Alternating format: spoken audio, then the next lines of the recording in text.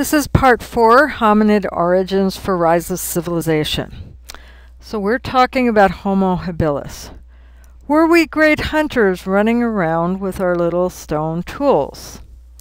Probably not. What they think is that we were more like scavengers. We needed the protein, but we were not in any condition to fight off the big cats for meat.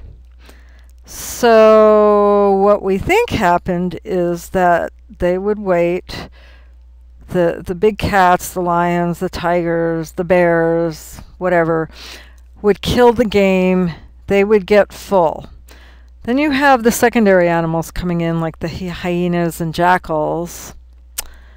And then we'd probably be in there with the vultures getting what was left. Usually it was probably just bones that we could open up for marrow.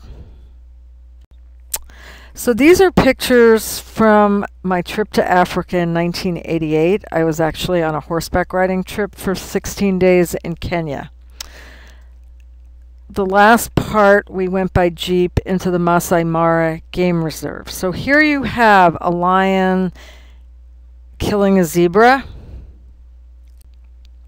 And these pictures I took, and they were converted from slides, so that's why they look not the best. But I just wanted to show you what lions in the wild look like. They don't look like the MGM lions. They're pretty scrappy looking. And this is a great picture because what happened was that we were there 3 days earlier, and these lions had killed a Cape buffalo. You couldn't get near them. I mean, they were circling the jeep. We had to really get back to even take pictures. Here we come back 3 days later. They're like you feel after a big Thanksgiving dinner. They were all laying out in the sun. Now, I don't know if you could see way in the back there's a lion, and there were actually lions off to the right. These guys in front, or girls as I should say, they were all sleeping, and the guides actually had to throw rocks at them to get them to pick their heads up so we could take the picture. Otherwise we would never have been able to get close. So the point of this is that when the big cats were sleeping and the other animals had their full, then we would come in as a species and, you know, grab some bones and run off, and we'd be fighting with the vultures over what was left. This is actually when the vultures come in after a kill. This is a picture of me, again, back in the day, and you see all kinds of zinc oxide on my nose because back in 1988, people were not that savvy to sunscreen, and it was hard to find, even in the States. You know, it was more the stuff you slathered on with the oil. So again, we were 16 days on horseback. It was pretty intense, but it was wonderful. Really rare to see a leopard. And this was right at dusk. I took this picture, and as you can see, you know, it was just getting ready to go down and do its prey thing. Okay, if you've never seen the series of pictures called The Last Picture I Ever Took, it's kind of a joke thing online. Well, this is almost the last picture I ever took. This was actually taken by me in a jeep in Zimbabwe when we were getting charged by an elephant. As you can see, it was pretty close. And if you ever have the chance, this is Victoria Falls. Victoria Falls is in Zimbabwe. And unlike falls in Western countries, there's no guardrails. There's no nothing, and it was pretty slick. Monkeys, crocodiles on the side, and on the bottom is the Zambezi River, kind of up there with the Nile as one of the great whitewater raft trips in the world. Really intense. With this one, though, you have to be really careful in the calmer spots. Not only are there crocs, but the hippos can be very deadly. So this is me again, and this is what the trail was like along Victoria Falls. And again, we're talking monkeys, crocodiles, all kinds of creatures. Okay, getting back to Olduvai Gorge. This is really cool, and this is where you have to know your archaeology. This is looking down on the stratigraphy of one level of Olduvai. And so what you're looking at is a prehistoric midden.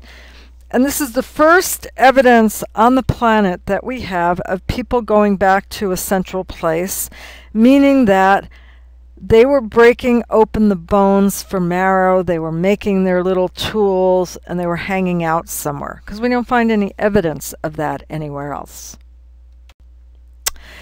And I threw this in here from this cheesy television show, Walking with Cavemen, and this is supposed to be Homo habilis, but to me, I think they borrowed the costumes from the Broadway play Cats, because they look like cats more than hominids, or whatever hominids is supposed to look like, but I'm sure they didn't have little ears like that.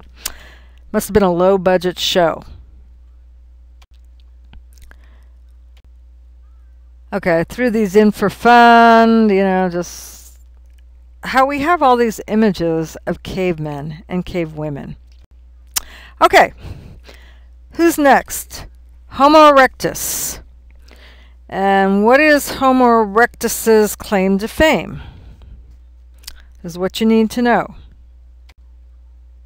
This is from that same show. Okay, for the first time, find species outside of Africa. So we call it radiation out of Africa. We're able to move to colder climates. Why? Because there's evidence that we were able to use fire to our advantage. There was fire before. Fire started naturally, but we actually used it. We had bigger brains, and what you're going to see is the first evidence of a structure. Our brains got bigger, 1,200 cubic centimeters. That's almost like modern humans. Now, if you do not believe in evolution, you really can't dispute the specimens of Homo erectus. They're found all over, and it looks like human skulls. And by this time, it's thought that we have perfected the bipedal gait, so we were walking pretty well. So what did we gain with fire? Okay, now think about this in case anybody ever asks you. I think the biggest one is it extended our days. Now what you're going to see is by this time, especially in the colder places, people are living in caves. What do we do when the lights go out or the power is off? We have to go to sleep because we can't do anything else. So by using fire to our advantage, we could extend our days. People could talk. People could make tools. We could see into caves to clear out predators. We could cook our food. Now, cooking our food did a couple of things. One is it softened the meat and actually saved our teeth. They could dry meat. And we know it killed germs, but of course they did not know they were killing germs. So if you can think of other things, that's great, but those are some of the biggies. And so here is where we migrated. So for the first time, we see specimens in Europe and in Asia. One of the most important finds is the Chaldean Cave. You might want to look at that. That's in your book. It's also known as Dragon Bone Cave. It's near Beijing, China. So you might want to do some research on that one. What is the toolkit of Homo erectus? They're called Acheulean hand axes. They all looked alike, so they were stone tools. They were all made in the same way, maybe different sizes, but found wherever you found Homo erectus. So what does that tell us? It tells us that they were becoming more intelligent because they could picture something in their mind and make it. And again, don't forget, because of the bigger brain, we need more protein. Now, there's no evidence that these were ever put on a spear, so we're still perfecting our hunting strategies, but we're making progress. It's kind of interesting. This is where we find evidence of the first structure and the first slobs.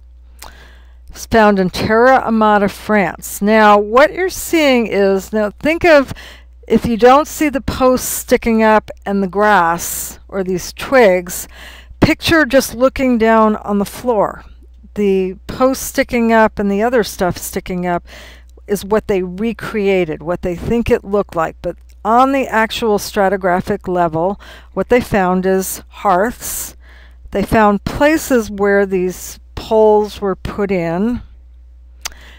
They found the outline of the structure in rocks. They actually found where fur had been laid down, where people slept. They found where they were cooking things, making tools, so they found chips. But the real interesting thing is they found coprolites, C-O-R-P-R-O-L-I-T-E-S. And basically what that is fossilized feces. So in these structures, they were eating, sleeping, and pooping, thus the first slobs. And here's just some more stuff. You can buy caveman teeth, and it says on the bottom, you figure it, everything we eat is 100% natural, yet our life expectancy is only 31 years. And that's about what it was.